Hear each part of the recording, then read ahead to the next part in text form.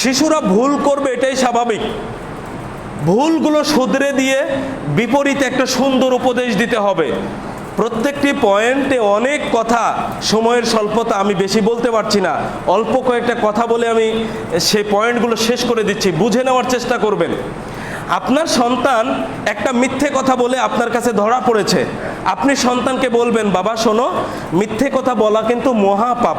মিথ্যে কথা যারা বলে তাদেরকে কেউ ভালো বলে না। মিথ্যে কথা বললে আল্লাহ সুবহানাহু ওয়া তাআলা তোমাকে শাস্তি দিবেন। দেখবেন আপনার সন্তান এখান থেকে যদি অন্য কাউকে দেখে মিথ্যে কথা বলতে, তাহলে তাকে বলবে, এই তুমি মিথ্যে বলো না। মিথ্যে বললে আল্লাহ শাস্তি দিবেন, মিথ্যে বলা মহাপাপ, এবং মিথ্যে বললে মানুষ কিন্তু তাকে ভালো মনে করে না। দেখবেন এই কথা বলবে, কারণ বাচ্চারা আল্লাহ কি জিনিস এটা যদি নাও বুঝে, বাচ্চাদের মধ্যে একটা অনুভূতি কাজ করছে। কি অনুভূতি? সূরা শামসের ৮ নম্বর আয়াতে আল্লাহ তাআলা বলেছেন, ফাআলহামাহা ফুজুরাহা ওয়া তাকওয়াহা, প্রত্যেক আত্মাকে মন্দ কর্ম এবং ভালো কর্ম সম্পর্কে জ্ঞান দান করা হয়েছে। ওই সন্তান ভালো মন্দ দুটাই বুঝে, ওই দুই অনুভূতি ওর মধ্যে আছে। শয়তানের পাল্লায় পড়ে মানুষ পাপ কাজে বেশি ধাবিত হয়, নেকির কাজে কম যায়, এটা শয়তানের কারণে। কিন্তু মানুষ দুটাই বুঝে। আপনি ওজনে কম দিচ্ছেন, আপনি বুঝতে পারেন না যে আমি অন্যায় করছি। আপনি 10 টাকা ধার নিয়ে দিচ্ছেন না, আপনার অনুভূতি এরকম হয় না যে আমি মনে হয় দিলাম না, একটা অন্যায় করলাম। এরকম হয়, মানুষ অন্যায় করলে ওর মধ্যে একটু খটকা বাঁধে। তো বাচ্চারা ওটা অনুভূতিতে চলে আসে। আপনি আর কিছু দিয়ে ভয় দেখায় ওদেরকে পারবেন না। আল্লাহর কথা বলেন, দেখবেন ওরা মেনে নেবে। আল্লাহ কি জিনিস কিছু বুঝেই না, কিন্তু মেনে নেবে। আপনি এই কথাটা বলে তাকে বিপরীতে একটা সুন্দর উপদেশ দেন, বাবা জীবনে যতই কষ্ট আসুক না কেন সত্য কথা বলবে। দেখবেন আপনার সন্তান আপনার এই কথাটা শুনবে। কেন শুনবে? যেই বাবা মা নম্র ভদ্র ভাষায় সন্তানদেরকে সুন্দর করে কথা বলে শেখাতে পারে, সন্তানরা তাদের পিতামাতার অনুগত হয়। আর যারা রূঢ় মেজাজের হয়, সন্তানরা তো পিতামাতার কাছে ভয়ে কিছু বলেই না, উপদেশ কোত্থেকে পাবে? এরপরে আসেন, আপনার 5টা টাকা ডয়ার থেকে অথবা আপনার পকেট থেকে হারিয়ে গেছে। আপনি আপনার সন্তানকে বলবেন, বাবা তুমি কি টাকা নিয়েছো? বলো, তোমাকে আমি মারবো না, তুমি সত্য কথা বলো, তোমাকে আমি কিচ্ছু বলবো না, তুমি শুধু বলো যে তুমি টাকা নিয়েছো কিনা। হাসি মুখে বলবেন, দেখবেন বাচ্চারা নরম হয়, ওরা বলে ফেলবে, আব্বু আমি টাকা নিয়েছি 5 টাকা। কি করেছো বাবা? তো আমি জিনিস খেয়েছি, বা একটা কলম কিনেছি, অথবা একটা খেলনা কিনেছি, কিছু একটা বলবে। আপনি বাচ্চাকে বলবেন, বাবা শোনো, আমি তোমার পিতা, তোমার দায়িত্ব তো আমার। তোমার যদি 1000 টাকা প্রয়োজন হয় আমি খরচ করব, 5 টাকা প্রয়োজন হলে আমি খরচ করব। তুমি আমাকে বলবে তোমার যেটা প্রয়োজন সেটার জন্য আমি তোমাকে দেব, কিন্তু আমাকে না বলে আমার পকেট থেকে অথবা ড্রয়ার থেকে কোথাও থেকে টাকা নেওয়া তোমার জন্য উচিত নয় বাবা, এটা ঠিক নয়। আপনার সন্তান আর এরপরে ইনশাল্লাহ করবে না এই কাজ। এটা হলো শিক্ষা। ছোটবেলা থেকে আপনি ভুলগুলো সংশোধন করে দিবেন নম্র ভদ্র ভাষায়, আর তাদেরকে বিপরীতে একটা সুন্দর উপদেশ দিবেন, তাহলে ওরা শিখে যাবে। আজকে দেখেন, এই যে বাচ্চারা মসজিদে আসে, তাই না? আমরা অনেকেই আছি বোকা মানুষ, কিছু মানুষ আছি রূঢ় মেজাজের, বিশেষ করে বৃদ্ধ যারা। এরা কি করি, এই বাচ্চাদেরকে মসজিদের কাতার থেকে বাহিরে বের করে দিয়ে, এই যাও পিছনে কাতারে চলে যাও। সাই স্টলে বাচ্চাটা গেলে কিন্তু বলে না যে এখানে একটা নগ্ন সিনেমা হচ্ছে, তোমাদের দেখা হবে না, তুমি বাড়ি যাও, এটা বলে না। তো মসজিদে আসলে প্রথম কাতারে দাঁড়ালে ওকে নিচে বাহির করে দেওয়া হয়, যাও তুমি ছোট বাচ্চা নিচে যাও। কি আচরণ আমাদের! আপনাকে প্রশ্ন করছি, আপনি যে বাচ্চাটার সাথে এই আচরণ করলেন, এই বাচ্চা আপনার কাছ থেকে কি শিখলো? ও কি শিখলো?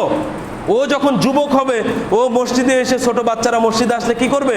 ও নিজ দিক তাড়িয়ে দিবে, যাও তোমরা নিচে যাও, তোমরা ছোট। তাহলে বাচ্চাদের সাথে এই আচরণ ঠিক নয়।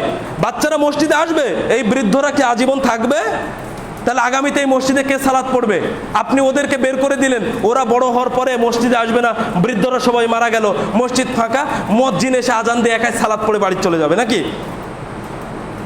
তাহলে এই বাচ্চারা মসজিদে আসবে।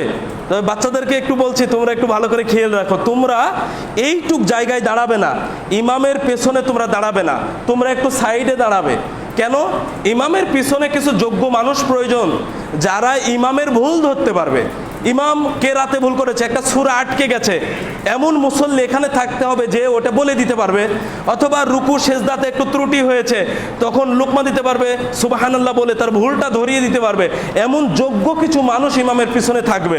তোমরা একটু সাইডে দাঁড়াবে, দ্বিতীয় কাতারে তৃতীয় কাতারে দাঁড়াবে, কোনো মুসল্লি যেন তাদেরকে বের করে না দেয়, এই দিকটা খেয়াল রাখবেন।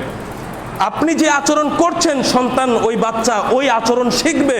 সুতরাং আপনি খারাপ আচরণ করছেন, ওই বাচ্চাটাও কিন্তু খারাপ আচরণটাই শিখবে। সুতরাং আমরা যারা বড় আছি তারা তাদের প্রতি উদার হব, তাদের প্রতি এইরূপ আচরণ করব না। পাশাপাশি বাচ্চারা এসে মসজিদে দৌড়াদৌড়ি করে, তাই না?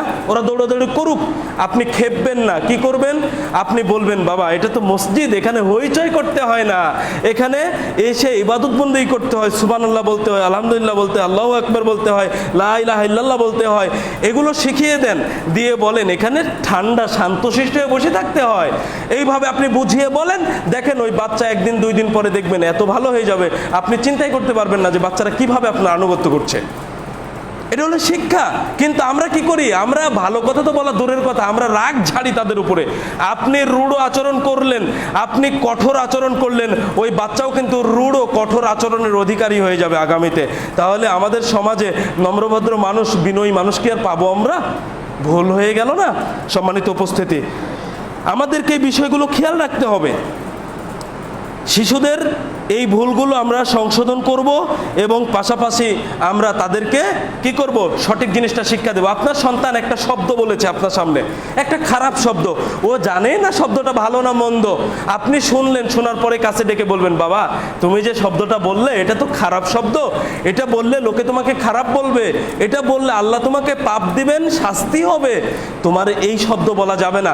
দেখবেন আপনার সন্তান এটা বাদ দিয়ে দিবে ইনশাআল্লাহ, আর বলবে না। কিন্তু আমরা কি করি? আমরা আমাদের সন্তানরা যতই খারাপ কথা আমাদের সামনে বলুক না কেন, আমরা কিন্তু তাদের সংশোধন করি না, বরং স্বামী স্ত্রী ঝগড়া করতে গিয়ে ওই শব্দগুলোই বলে তাদের সামনে। ভুল হচ্ছে এগুলো। এই ভুলগুলো যদি বড়রা করি তাহলে ছোটরাও কিন্তু ভুলগুলো করবে। এই জন্য আমাদের ওই ভুলগুলো থেকে উঠে আসতে হবে, আর সুন্দর সুন্দর শিক্ষা বাচ্চাদেরকে আমাদের দিতে হবে ভুলগুলো সংশোধন করার পরে।